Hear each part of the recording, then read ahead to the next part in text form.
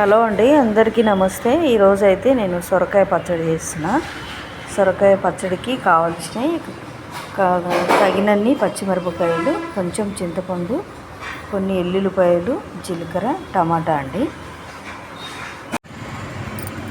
పొయ్యి ముట్టించి పొయ్యిన బాండి పెడుతున్నా అండి. పొయ్యిన బాండి పెట్టుకొని కట్ చేసిన సొరకాయ ముక్కలు నూనెలో వేపుకోవాలండి.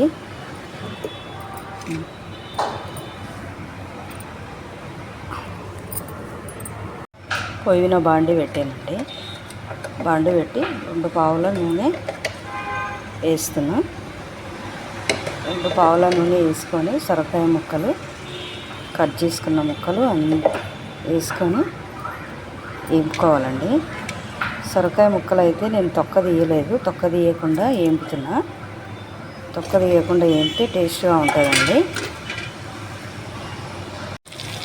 సొరకాయ ముక్కలు మగ్గినాయండి, మంచి కలర్గా వచ్చినాయి, మగ్గినాయి. ఇవి సొరకాయ ముక్కలు మగ్గినాయి, తీసేస్తున్నాం.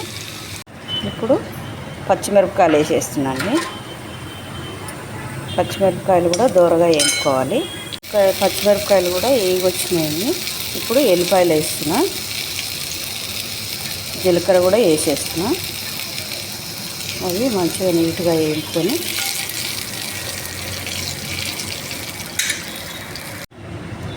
మిరపకాయలు వేగినాయి, టమాటాలు వేసేస్తున్నాండి.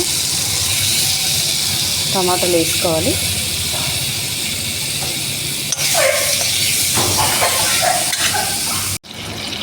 టమాటాలు మగ్గినాయి. టమాటాలు తర్వాత చింతపండు వేసేస్తున్నా.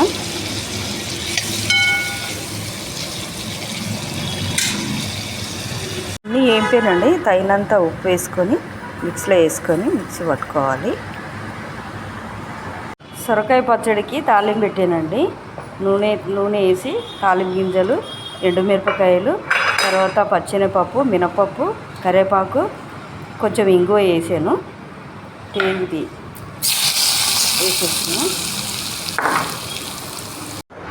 సొరకాయ పచ్చడి రెడీ అండి. తాలింపు పెట్టుకున్నాను. సొరకాయ పచ్చడి చాలా బాగుంది, టేస్ట్గా ఉంది.